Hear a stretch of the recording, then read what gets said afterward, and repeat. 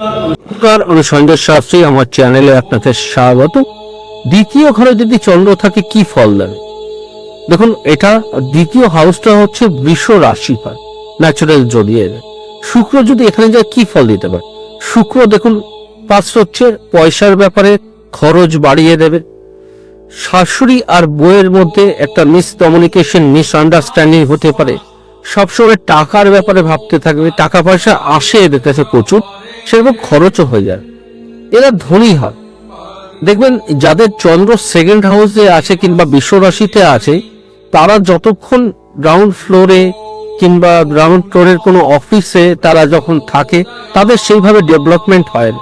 কিন্তু যখনই সেটা ফার্স্ট ফ্লোর, সেকেন্ড ফ্লোর, মানে গ্রাউন্ড ফ্লোরটাকে অ্যাভয়েড করে যখন থাকে, তখন তার লাইফের ডেভেলপমেন্ট আসে এবং সঞ্চয় হয়, রিলেটিভ সেভিংস, বিভিন্ন রকম ভাবেই আপনি খুশি থাকেন এবং সব থেকে বড় কথা, মানসিক তৃপ্তি আপনার মধ্যে চলে আসে।